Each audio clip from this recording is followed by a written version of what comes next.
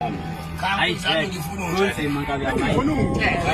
ngifuna ukuzwa la efeni ngaba wasubhala kangaka hayi ujule kakhulu wekangama hayi ushe kodwa la ngathi usenkulu hayi bese sibone Balulekile ukuthi unyaka nonyaka kuyinzima. hayi khona hayi Ebhethi la kuqala umqeqeshi nje qembu ngoba ngiyimela lona.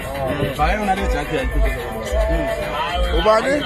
umqeqeshi qembu kwawo. Umqeqeshi iqembu ngoma. Bathathinga abana.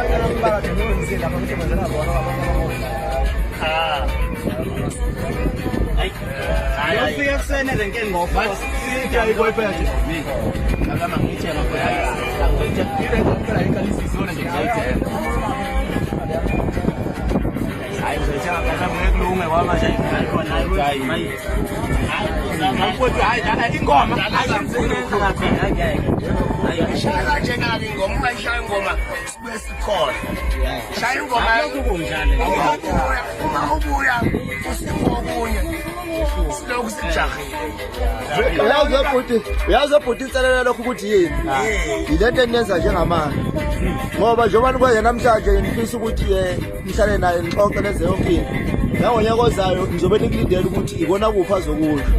Manje lokho kwazi ukuthi uma ngabe sekushaya ikhathi zokuthi vele kushaya ikhathi zokhipha nani.